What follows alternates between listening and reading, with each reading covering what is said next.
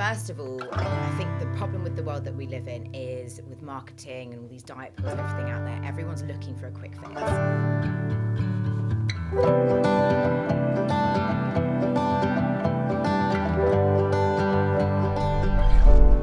Thank you so much for coming on. Thank you very much It's for having me. Really interesting because I don't know much about PCOS, but I know a lot of people on Instagram. And it was funny when you contacted me because I had 3 messages about PCOS from girls I know when I mentioned you were coming on. So this is going to be good. So I'll make sure to send some stuff out to them early. Oh, I love that. First of all, I just wanted to mention a bit about you and what you do. Obviously, you're an online coach specialising in PCOS, but you're also a qualified nutritionist and a qualified PT. Is that right? Level 3 PT? Yeah, exactly. If someone was to sign up for your coaching, what could they sort of expect from you? Well, they could expect a very hands-on, I guess, a friend and a mentor and a coach all wrapped in one. You know, I think coaching is a bit of a buzzword at the moment, I feel, and it's getting more and more saturated. But I do believe to be a good coach, you have to have gone through, you know, the thing that you're coaching yourself. And, you know, the fact that I had PCOS for 10, 12 years and I went on a huge roller coaster journey of emotionally, physically, you know, all of it. And I've come out the other side. I can actually relate to the girls, you know, to my clients. I know all their struggles, I know all their pains, and like genuinely, like I cry sometimes because, you know, they're in so much pain. And I think, that's probably why, although I have my education and my knowledge and everything, I think it's more like the emotional support that I give them. And PCOS can be very lonely sometimes. So, you know, the fact that they know that they're not alone and their feelings are valid. And actually there is a light at the end of the tunnel because, you know, I managed to reverse it. I'm living my best life and, you know, letting them know that they can do the same. You got a really impressive resume when I looked at your website.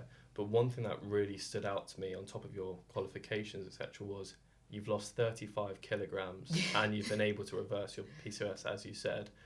What was the catalyst in this? Because I thought we'll talk on it later, but you touched on how medication wasn't great for you. Yeah. And it was sort of lifestyle changes and the way you ate.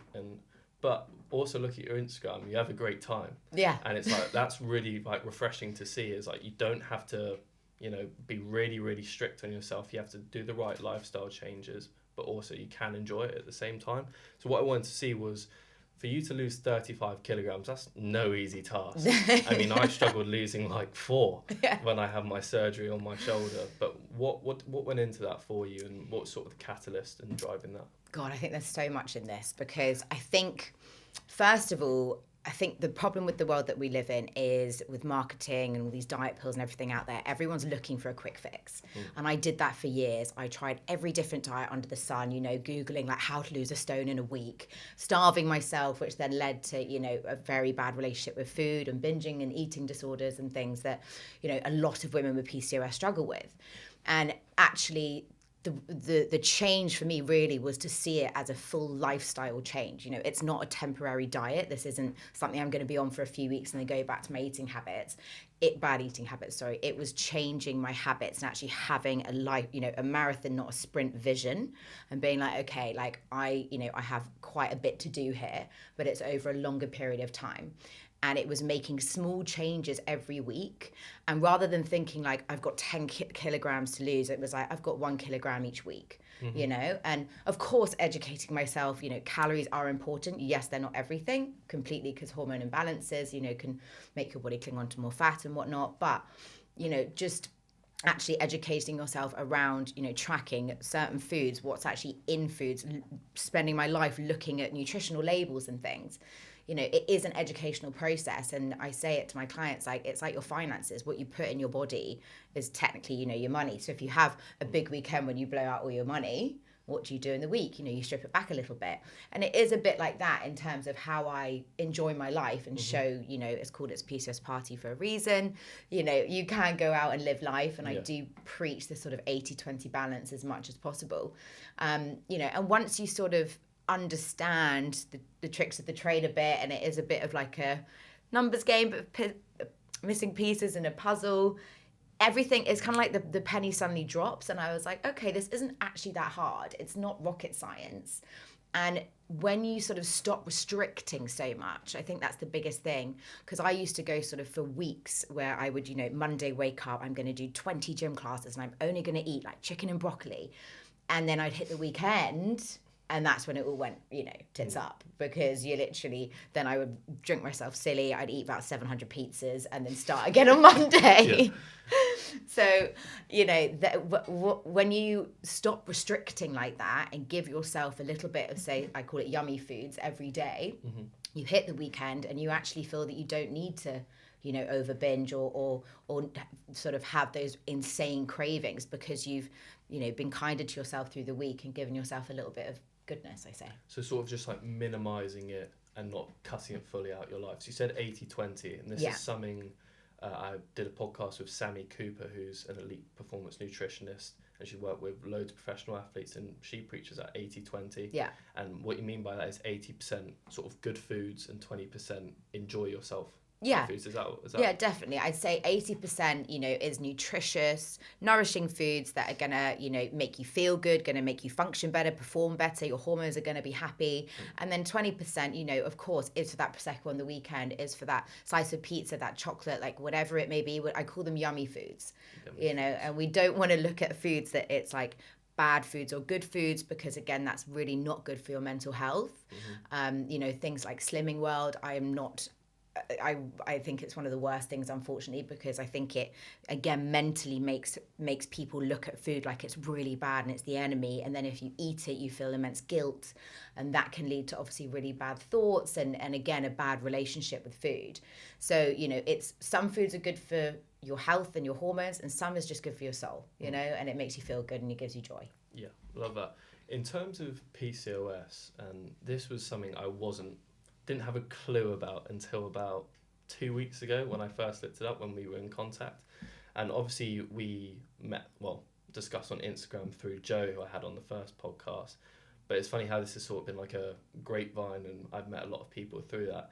PCOS, when you messaged me, I was like, wow, like that's, very different. It's in terms of the way I normally bring people on the podcast. And this is something that's just like really been interesting to learn about over the last few weeks. My girlfriend's been really interested, my mum has. Love it. But in terms of PCOS as a whole, it's not that spoken about in terms of I didn't know about it, and I'm sure a lot of women do.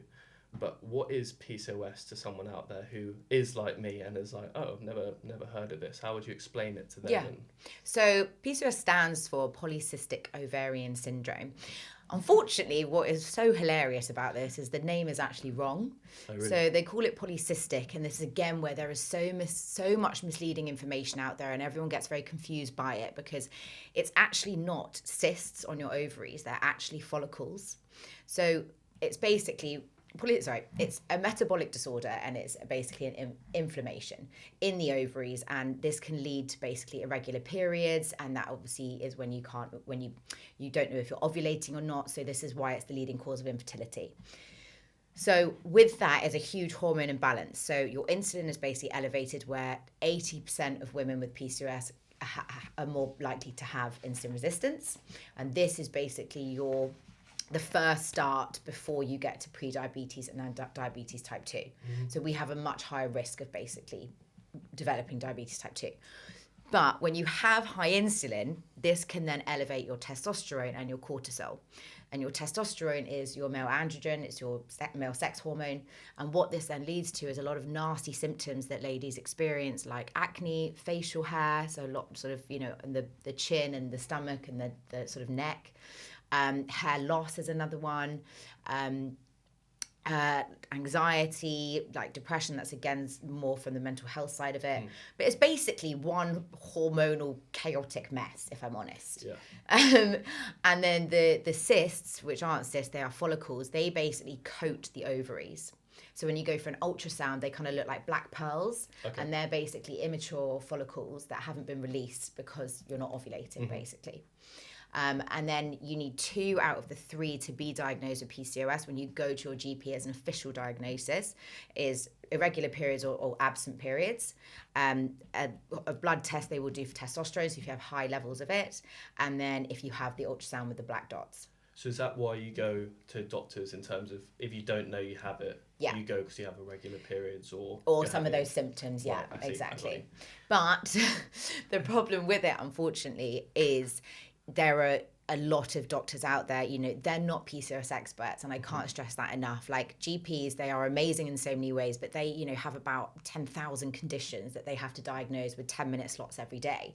PCOS needs a much more, you know, in-depth, personalized approach. It needs a holistic approach, you know, and this is the problem with it now, is I think so many women are going to the GPs and they're just coming out feeling even more confused and frustrated because the doctor will put them on birth control or tell them to lose weight, but give them no actual support or help with that.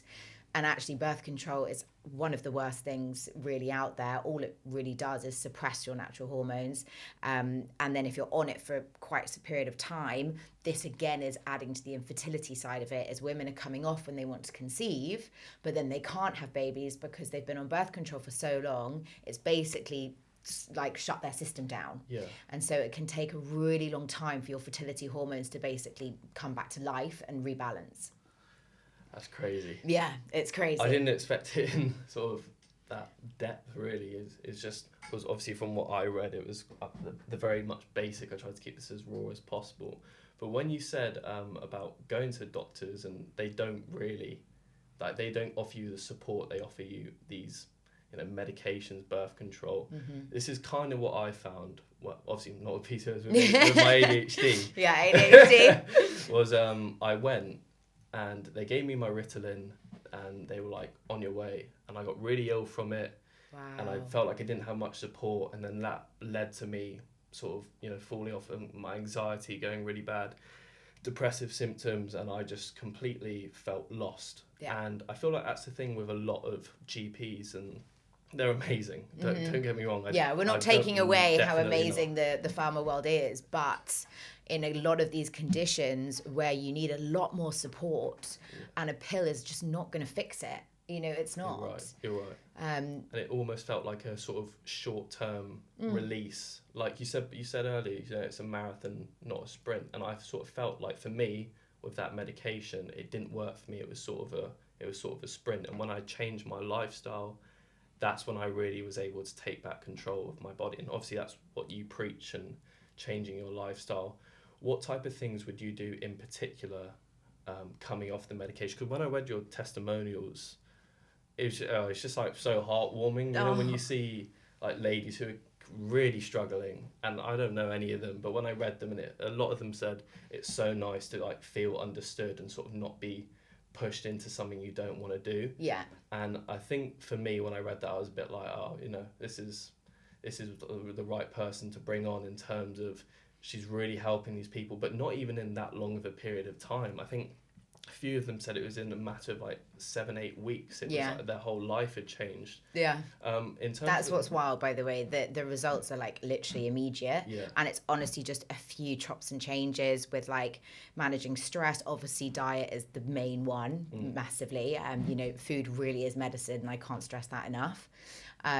But yeah, like you're right with it's amazing for me as well. Like obviously doing this, like it is my purpose, and I've almost turned a pain into a passion, and it gets me out of bed every morning. I'm not joking, like that, you know, helping these ladies and seeing these transformations, and like, you know, helping women get pregnant. Like I helped a lady, she was 47. And she'd done IVF for 3 years, you know, and that still hadn't worked. And the stress on the body, and the money that costs, and actually like just strip it back to basics. Like that's the thing. Like you have to look at sort of back to our sort of ancestors, or even 200, 300 years ago, infertility was nowhere near as high as it is now. You know, and you have to look at what has changed and what we have done to our world. You know, birth control, synthetic drugs, inflammatory food, ultra processed foods, fast foods, all of that, like seed oils, all these things that are seriously contributing to our health, causing dramatic inflammation in the body, which is then leading to just this, you know, so many people being so unwell. And this isn't just in PCOS either. Like, I think I was into podcast the other day, and it said 75% of conditions right now with no cure are caused from inflammation. You know, and that's insane. Like we have done something so drastic in the past 30, 40 years, where now obesity, you know, is the highest it's ever been, diabetes type 2, all of these like chronic conditions are so high when they weren't here back in the, you know, 1900s. Like, we're living in a very toxic environment, I think, at the moment. Do you think that's down to, obviously you just touched on it then, but processed foods and seed oils? And seed oils is something that has, I think, literally come up in every single podcast I've done, and everyone has a view on it. And I'm trying to limit the amount of seed oils that I have, because I hear everyone talking about it all the time, like seed oils are horrendous for you. What's your view on that in terms of, would you cut that out completely? Obviously you said 80-20. Yeah, I mean, you can't, impossible. It's literally impossible. If you look on the back of every single packet, it's got sunflower oil, palm oil, corn oil, canola oil. Like, there's just so many of them. Vegetable oil, like, you know, even though it has vegetable in it, it's actually not vegetable oil. Like, it's just wild. And it's in everything. Even like nut milks, they whack it in there. Why does oil need to go into nut milk? I don't get it. You know, and like, it's just so, it's in everything. Protein powders, even like processed meats now, any sauces, like, it's everywhere. So it is so difficult to avoid it completely unless you literally want to make everything from scratch. And, you know, of course, if you can and you are a good cook, please do that. But not everyone can do that. We're all on the go. We all have busy lives. Yeah, no one has the time to do stuff like that. But what I would say is, where you can, you know, always pick the unprocessed whole foods as much as possible, you know, whether it's from an animal source or the ground, like, rather than, you know, like things like protein bars and things like that. Yes, they're great for a quick on the go, but in moderation, you know, because if you actually look at the back of the packaging and what's in it, there's so much crap. Like, so much crap. What type of stuff are you looking for? Like, say if you're out in, this is easy to do, obviously, but if you go out for a few drinks and then a few drinks turn into like 7 or 8, and then you're out dancing and then nowhere's open, you're like, oh, kebab, right, fine, kebab, chips, garlic sauce, everything, you're on your way home. What are you trying to look for when you go out on a night out? Are these things you're sort of enjoying and keeping it along those lines, or are you trying to limit and take a few things back or cancel them? So that's very difficult when you're on a night out and you piss as a fart and you know, you're like, just give me anything, I don't really know what to, you know, you'll just shove anything down. But what I would say in that situation is the big sort of inflammatory foods is gluten, dairy, soy, processed foods, seed oils. They're all the ones that are going to cause you sort of chronic inflammation. So, to be honest, it sounds silly, but actually, if you're on a night out, I'd rather you have something like some chicken and some chips rather than like a big doughy fat pizza with loads of cheese, because that's going to give sort of more inflammation in the body, whereas chips actually doesn't have gluten in it. It's a potato. Yes, it might be a bit deep fried, but, you know, that's the better alternative if you were going to go for one or the other. But generally, like from my sort of my personal experience, the studies that I've read, and obviously all of my clients now that I've seen, the one thing that I would say about food is that unfortunately it's never going to have a lot of money to go into funding and research, because the pharma world's always going to win. You know, they want to pop out those pills. That's what makes the money. So there's very limited research on actually showing, like, when you remove certain foods, like what actually happens to the body. But at the end of the day, you have to take it from, you know, the hundreds of personal results that you've seen and that we've heard. So gluten was a massive one that I have not had a single client gone back once they've come off gluten. Really? Yeah. Like, that is when I say quickest results, it's pretty wild. Like, energy goes through the roof. As I said, a lot of women get this thing, it's actually called moon face as a condition, where everyone is very sort of puffy. And I've seen clients' faces like just literally change, like within a week. It's insane. Sleep improves, cravings go down. And gluten, basically, it's in the name, right? It's the glue. It sticks things together. So it also can contribute a lot to leaky gut. And of course, like celiac as well, you know, it's an autoimmune disease. It can sort of attack your small intestine. So there is no nutritional value in gluten. Like, there just isn't. Like, fair enough with dairy, you know, it does have some vitamins and minerals and calcium and things that is good for the body, but there's nothing good with gluten. And all it does is cause inflammation. It also decreases your sensitivity to your hunger hormone by 50%. So when you eat gluten, you're a lot hungrier, like, quicker. Okay. And yeah, there's gluten. I would just say to anyone, just give it a go. cut it for 30 days and see how good you feel. So I've even got friends now who don't even have PCOS, and they love it. Interesting. Yeah. What type of foods are you cutting out in terms of? Do you get gluten-free substitutes? Yeah. There's so many now, and that's the thing. We are in a world where we are just spoiled with so many gluten-free options. The gluten-free aisle's getting bigger by the day. Yes, you have to be slightly careful because they are still quite a lot of processed foods. So the general rule I would say is less is more. So when you're checking the ingredients, always go for the least ingredients, basically. That means there's not going to be a load of shit in there. But with, so what's in gluten, I would say, is beige, anything beige. So unfortunately, it's your white breads, your white rice, pasta. When you go into Starbucks, it's all of that there, all the pastries and cakes and whatnot. Just try and limit them and put that in your 20%.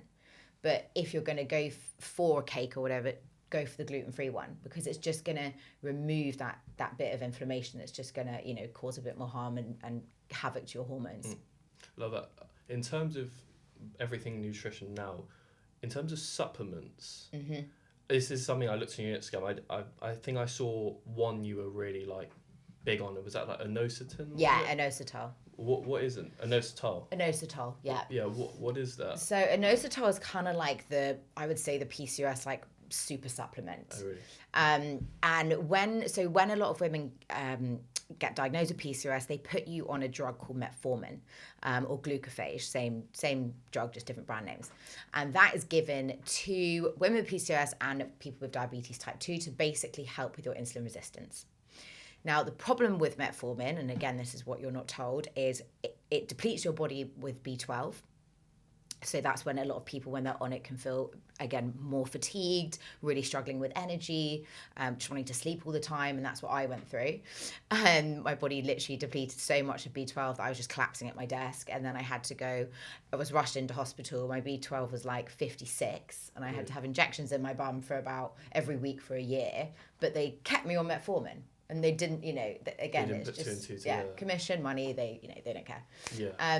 Oh, that's so sad. Yeah, but a lot of people also get, nausea, diarrhea, stomach cramps. I had headaches every single day, and then that made me then be almost addicted to ibuprofen. It was just, I was constantly trying to figure out what was going on. So Anositol is basically does the equivalent of what metformin does without any of the side effects. The results are amazing. It basically is, the main thing it does is helps bring periods back. So it helps regulate your cycles. It helps bring ovulation back. It helps with insulin sensitivity, reducing cravings, energy, sleep. It's kind of just an all-round superstar. So that's one that I would definitely say to any ladies out there with PCOS, if you're struggling with periods, definitely get on board with Anositol, because it's sort of the most researched supplement out there. Yeah. You just said on sleep, helps with sleep there. Sleep and stress are quite big for PCOS symptoms, aren't they? In sort of making it worse. Yeah. What did you do differently for your sleep? Was there anything? Do you take because there's magnesium? Yes. Yeah, which everyone should actually be taking. Yeah, it's again another sort of super supplement. What I would say about stress, and actually I had a personal, I guess what I went through last year is I call stress the silent killer.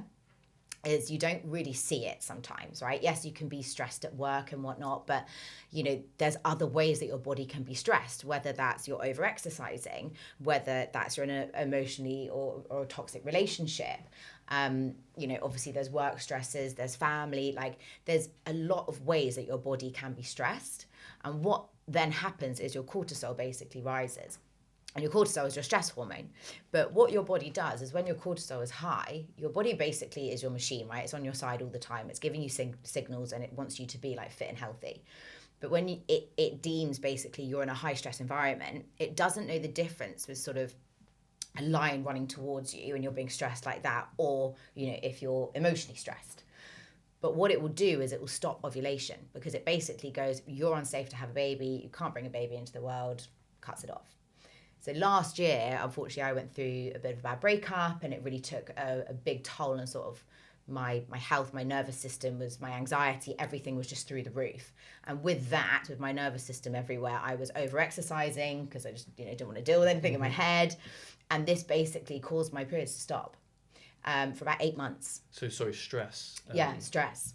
The really? Stress on my body, and when your nervous system is so dysregulated and your anxiety is so high, your cortisol goes through the roof, and your body literally will go, you're not having a baby. That's crazy. It is, but again, it's clever, right? When you think about it, of course it is, because it thinks you are in a really high stressed environment. Yeah. So why would you be able to have a child? Yeah. What did you do differently to sort of end that, or was it just you just slow needed down? Time? Were you sort of trying to like cope? Gymming and exercising and sort of escaping totally was trying to escape. And I guess also with ADHD myself, like I am a go-getter, on the go person. Like I almost thrive off stress. I love to be under pressure. I love to constantly move. But I've actually now, like this year and sort of the beginning of this year, I was having a few panic attacks in January, just I think with a lot of stress for my business as well, and it was quite overwhelming. I'm sure you get it. We've got like a million ideas at all times, and you're like, and everything just bursts. So, I literally just had to make a decision of being like, no, I need to slow the hell down and like stop trying to take on so much. I stopped obviously doing crazy workouts. I slowed everything down, took up yoga, like tried to do some breath work. I've really I'm all for, self-development, awareness, trying different things. But it does take time, it's only a couple of months ago that sort of everything sort of restarted up. But that's great. I've shared that because even though my job is to help women get their periods back, I am still human. I do still have my own personal struggles and things going on in my life, and that still happened to me. But it was good that I was able to speak about it to, again, raise more awareness that this is what we have to go through as women. And I think also with pressures of like jobs now, a lot of us females are striving to work hard and, be boss babes, whatever you want to call it. But again, that can be a very high stress for our bodies that sometimes can't always handle. Yeah. How is it being a boss? I mean, I do love it. Yeah. I do. I mean, I think a big value for me is freedom and to be able to travel and things. And you travel loads. Yeah, and that for me right now is it just makes me so happy. And I'm very lucky that my laptop is my office, and I can sort of try and jump on planes as and when. But yeah, look, there's positives and negatives, I think, to every situation. Like, when you're working in a big company, you don't have to, your salary comes in every month, you don't have to worry about taxes and all the paperwork and everything. Whereas when you work for yourself, every month is different, right? It's never confirmed. But I quite like the risk and the adrenaline, and it keeps me going. Yeah. Well, how long have you been doing this now?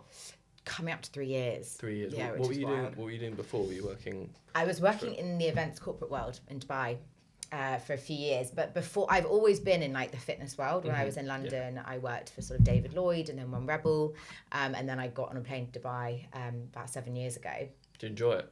I love it. Dubai is, look, for everyone out there, I know there's a lot of people who have very different views on it, which I understand because of the media, and it is a holiday resort, but actually to live there, it's an incredibly positive place. The sun's shining every day. Everyone is super sort of lifting and empowering, and especially for women, which again, people don't really understand. It was amazing for me to set up my business there. There's a lot of female entrepreneurs. I have a really great group of girls who we just, there's no bitchiness. We just love each other and want each other to succeed. And yeah, there you can have a normal, easy life. It's not all just like parties and like beach clubs, which everyone thinks that there is the balance. But yeah, I love it. And I do think if anyone is thinking of moving, I couldn't push it anymore. I don't, we're on this planet once, life is short. And what have you got to lose? Try something different, get out of your comfort zone, because you never know who you're going to meet, what you're going to fall into. And who doesn't want to be in the sun all the time? For sure. Would you go back, or you? Yeah, no. That's where I'm based. Oh right, I see. Yeah, but I come back here for the summer. Oh nice. Did you do like 6 months? 6 months. Yeah, pretty much. Living a best life. Yeah. Very jealous. Yeah. Where are you off to next? I'm actually going to Bali. Yeah, in a couple of days. Yeah, Bali was actually where I started PCOS party, because I had like a bit of a time out from Dubai when my PCOS I think was pretty much at its worst, and Bali was kind of a bit of my safe haven for me. I went there and really dedicated like 6 to 8 months of my life to like get it under wraps, right, and really sort of lose all of my weight and just heal PCOS basically.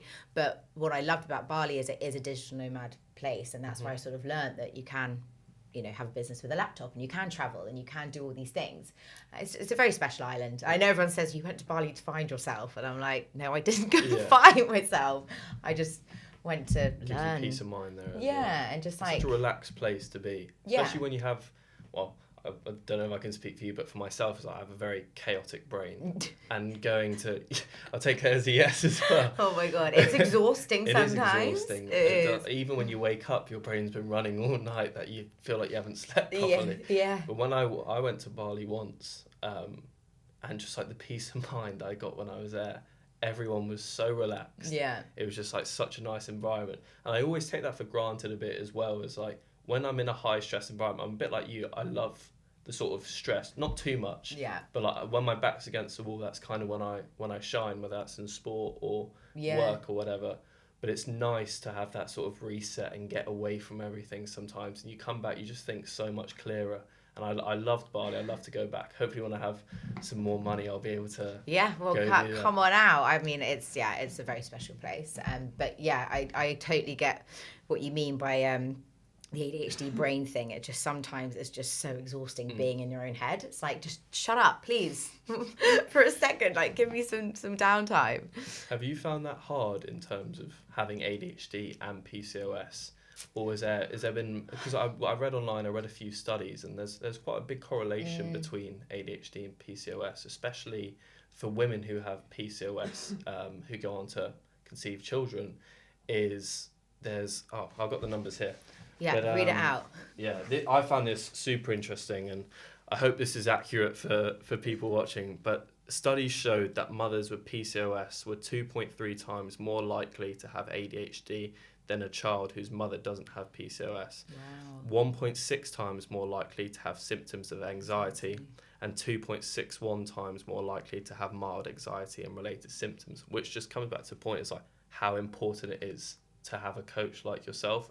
When I read that, I was like, this is really important. What you're doing is, it can be cured and not in a long period of time. But you're not allowed to say the word cured. It can be reversed. It can be reversed. Yeah, sorry. And it definitely can, because I have no signs of it now left in my body. And this is what, again, I hate the medical world for basically, you know, making other women believe that it can't be cured, because I feel like women get PCOS and they go, right, that's it, my life's over, I've got PCOS, I can't do anything about it, so I'm just gonna, you know, let it eat me alive. And like, no, that's not the attitude we need to have. Like, you need to understand that we can heal, like our bodies are on our sides.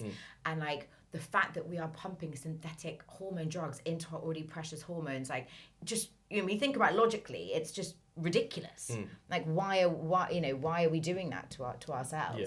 But yeah, the ADHD thing, like, I only got recently diagnosed, so I don't know too much, but I can totally relate and get it, because I think with PCOS, when your hormones, you know, are very imbalanced, this leads massively to anxiety and depression and sort of your nervous system, right? It's all I've learned a lot about the nervous system, and it's all down to, you know, being in fight or flight a lot and not being able to just sort of calm down.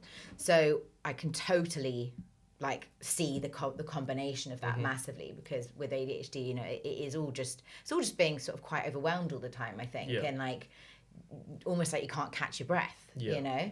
So yeah, that's a really interesting fact there. And I've learned a lot about in terms of ADHD as well. And kind of the reason why I started doing the podcast and, you know, my own business, which will come out in a few months' time, which I'm really excited for, was because I've been through all these struggles myself. Yeah. And you touched on that earlier, as being, and I spoke about this with Joe on the first podcast, so you obviously know, but Joe said for him with his depression and stuff, and this is me with my ADHD, is when you've been in the driving seat, you understand what people are going through. You're not just doing 4 hours of a degree on it. You're in the driver's seat. You've been able to look and you've been able to go, no, that doesn't work, rather than reading it in a book and not fully understanding it. Exactly. So this was huge for me in terms of when I learned about my ADHD and all the other symptoms like hypersensitivity and things you don't really think about. I was like, why am I so sensitive to like some things people are saying which aren't even rude comment? Well, they're rude, you know, like jokey banter comments. I'm like, why am I getting so affected by it? So fully understanding that myself was massive, and I'm sure with you with your PCOS and also your ADHD now, you'll better understand and put that correlation together, and you'll be living your best life. I think it just makes you go, okay, like, you know, it's almost like a bit of like sense of comfort, right? When you sort of have all these symptoms, then you do get a diagnosis as such. It does make you go, okay, like I wasn't going crazy, or like, you know, I'm not an idiot, or I'm not like someone completely different, you know, and that's I think I want to stress with PCOS. It's like, you're not alone. And I think on the mental health side of it, you know, it's not spoken about enough, but waking up every day with, you know, either you can't lose weight because you haven't got a clue and you're trying everything, but, you know, your friend who's, you know, sticking set next to you is eating McDonald's every day and you're literally having one chip and you're piling on the weight. Like, it's so exhausting and it's frustrating, and a lot of my life was very lonely because my friends obviously didn't have it. And I'm a huge sporty family, always been sporty my whole life, but I was always sort of the bigger girl and, you know, always had a very puffy face. And then again, obviously not having my periods for years, like I always thought something was wrong with me. Like genuinely something was like really wrong. That's really mentally damaging as well. Yeah, God, so mentally damaging. You know, and then it sort of develops when you start going into, when you're trying to lose weight and the restricting and binging and all of that then leads to, you know, really low self-esteem. I remember like looking at myself in the mirror every day and just like hating what I saw, and like body dysmorphia. Like there's so much that sort of play into it. And that over the years, it eats you alive. It really does. When you said you were lonely, is that because you were just sort of isolating yourself because you felt quite insecure in these problems, or was that just you felt like people couldn't relate to you in a way? Yeah, I did that quite a lot. I was like, I feel like something's wrong with me and I don't really know. And then I sort of would move away from people and they'd go, what's up? And I'd just be like, I can't really explain it because I didn't know what was going on at the time. Is that definitely something quite similar for you? Yeah, I think I think I'm one of those extrovert introverts where like like out and about with my friends, of course I'm like life and soul great, but like I'm always fine. Everything's fine, you know. I come from a family that we always have to be fine, everything's good.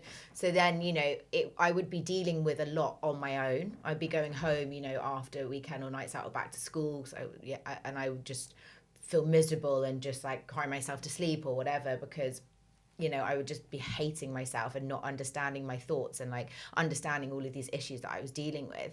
So I felt lonely sort of more in my head and not having someone who understood my struggles really, and someone to talk to. So I think, you know, with what I do, and this is where it is so great that women feel that they can come to me and trust me, because they see that I've been there, you know, like I wouldn't. They can relate to you. Yeah, exactly. It's all. I think that's it. It's relatability.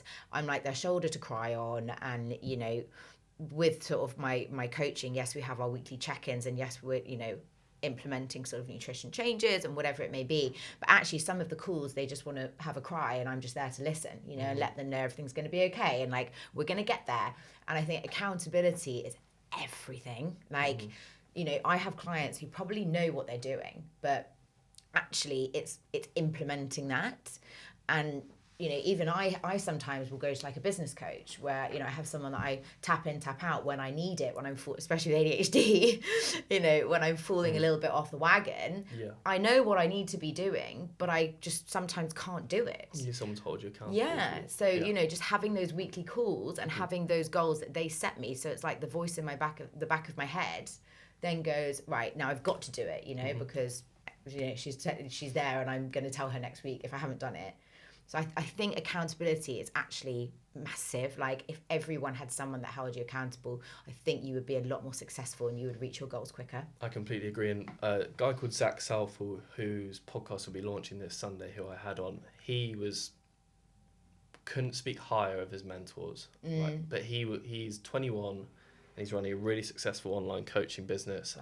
He was saying that without his mentors, like he would still be at stage one. He was like, it's worth the investment so much, because it doesn't just teach you like how to eat or blah blah blah. It changes your whole life. And Zach was massive on this, and he was like, when you have these mentors, they change your whole life. They don't, like, every little thing adds up, was his saying. And he was like, it's so worth the investment, because if he's changing this certain area of his life, whether it's nutrition, every little helps in that. And then that turns into his day-to-day life, and then sleep's another one, and then business is another one. Exactly. And then all of a sudden you've got this huge circle that everything's clicking, and then that leads to better business. Yeah. That leads to him being happier. That's led to him meeting, more girls. More confidence. More confidence, going out. It's all like pieces of the puzzle that just join together. Yeah. And that's exactly what I say. Of course, one of the biggest challenges I think for every business out there is it's too expensive. I can't afford it. I actually think I'm really reasonable for coaches.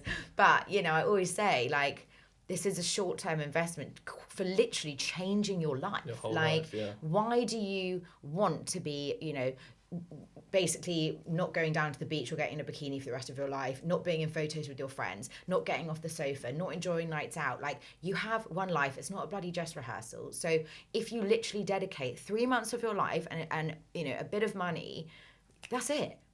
It's literally, that's it. So it's like, I don't know, because it's not just treating on your end. It's not just treating the PCOS. It's treating the mental anxiety. Yes, everything. Stress, like you just said, like having the confidence to go down and wear a bikini on the beach. Yeah. That's huge. Even for men, just going down and having the confidence and being like, you know what, I feel good in myself today. Yeah, I'm going to talk to that girl at the bar today, which we need more of, by the way.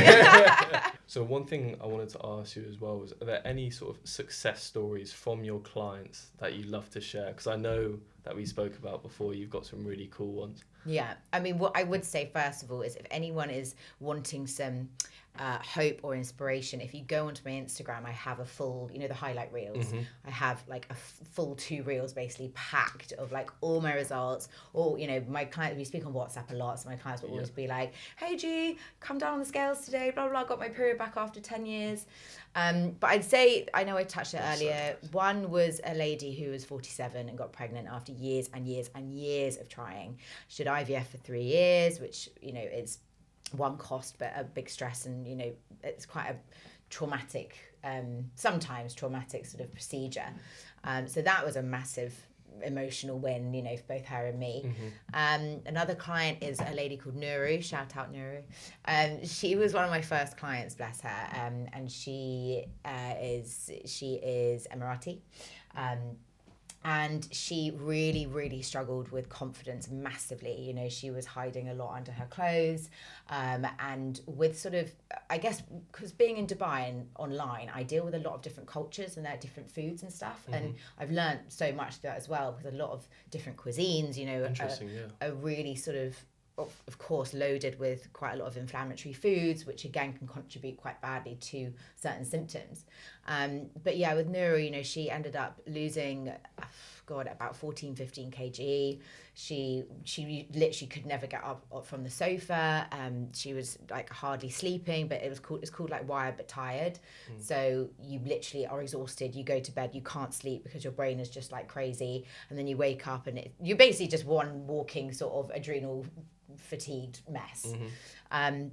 But I remember her sending me a message and taking a picture of herself at the beach, and just said, I have never come down to the beach my entire life, because I have been so unconfident, and I finally feel confident to wear a bikini, and I just feel epic, and like thank you so much. And those are the big ones for me, I think, of like big wins, when people actually like get the confidence to like get themselves out there and show themselves off, and like they, rather than hiding in a bin bag or not leaving the house, or that was a big one.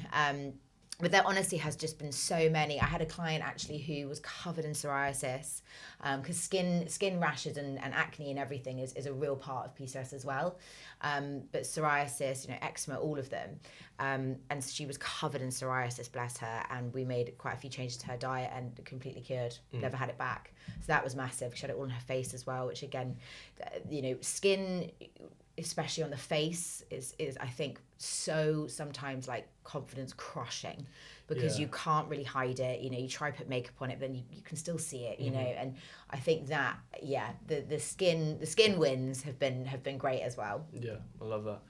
in terms of, I'm lucky enough, obviously I'll never go through this, but say my girlfriend does, or, someone I'm really close to, what could I do, or anyone watching this, what could they do to help, these women that are going through this, or be supportive, or lend a helping hand? What type of things would you recommend there, on my point of view? To be honest with you, just to be there physically and listen to them and let them cry sometimes, because they are going to be on a bit of a hormonal roller coaster. There are going to be some good days, some bad days. I would say, sometimes, don't always offer a solution, just offer comfort.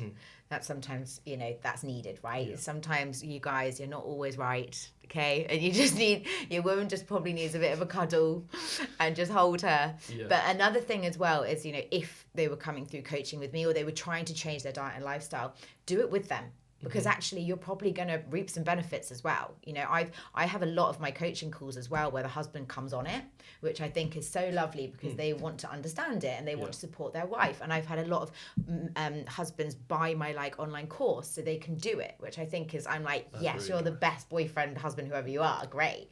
And I actually, I made a male online course. It's called the Male Master Series of PCOS and Hormones. So if any men out there, give me a message, I'll give it to you. But yeah, I think, try and be almost make it fun. So, cook together, try and, make some dishes with the sort of the right ingredients and foods that you need to eat. As I said, comfort, not a solution all the time. And yeah, just try and inject some positivity when they are feeling a bit down. Yeah. So sort of just being present is the main one. Yeah, I'd say so. Being present on the journey. Yeah. Understanding it yourself. And when you understand it yourself, you're able to help them. And also tell them that they look pretty, or tell them that they look beautiful, because those little words really go a long way for us. They really do. Even if you might not think it, just say it.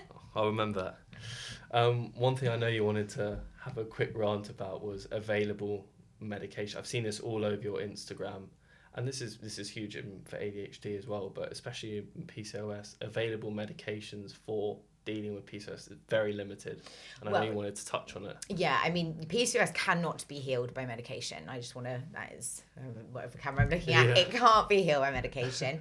What the GPs will do is they will give you birth control. Now, birth control, after everything that I have now learned about it, I actually think it's hands down one of the worst drugs that's ever been invented. Not only does it affect your mental health massively. I mean, I was on it for 10, 12 years, and I think that massively contributed as well to sort of my mood swings, my emotions, my erratic behavior, crying all the time, feeling very down and depressed. You're literally like this, up, down, which that plus everything else with PCOS, it was just a massive, concoction of just not fun. Yeah. But yeah, birth control, I can't stress this enough. Yes, they put you on it because it suppresses, it basically can improve your symptoms because it suppresses your natural hormones. So it will reduce your testosterone, it will reduce some of your fertility hormones. So with that, you might get less facial hair, your skin will improve. That's why women go on it. And then what happens is your periods come back. That is not an actual bleed. So being on the pill is not a natural bleed, right? It's a pill bleed. It's an induced bleed. So the whole point of birth control is to stop ovulation, okay? Stop you having a baby. But what we, again, haven't been taught about, which is mad, is ovulation is not just to have a baby. It's actually it's the most sort of empowering female thing. It shows if you are ovulating that you are peak, woman health as such. Your body is functioning correctly, you're happy, you are healthy, you are able to have a baby.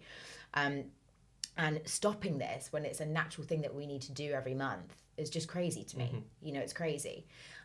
So birth control, look, it's your body, I'm here to just educate. It's up to you how you want to choose it. But what I would say is, if you are thinking of having a baby soon, come off it, because your body could take a long time to get your fertility hormones back to where they're actually going to function, then are able to ovulate. And really just look at other options if that's the route you want to go down. I understand for contraception, look at the non-hormonal coil. But also remember that you only ovulate for 3 days of your whole cycle. So just wrap up, be a bit safe.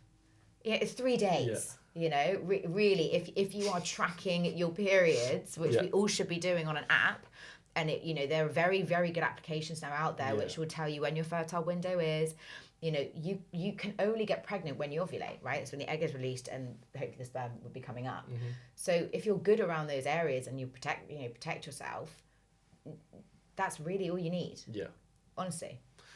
I just want to wrap this up here, and I know there'll be a lot of women watching this who will be like, I want to get in contact with you. What should be the next, steps for them in getting, obviously I'll attach your Instagram and stuff below, but what would you recommend in terms of, just drop your message on there? Or I'm most active on my Instagram. Awesome. I with ADHD, too many platforms. I was like, no, I can't do it. I'm trying to start on the TikTok, but is that the main one? Instagram's the main one. It's a PCOS party.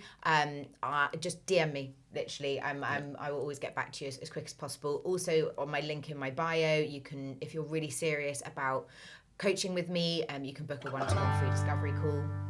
And then there's a link for my brochure as well, which has like all the programs and the prices and stuff. So yeah. Awesome. Well, an absolute pleasure. Thank you so much for coming on, Georgie. Thank you. Loved it.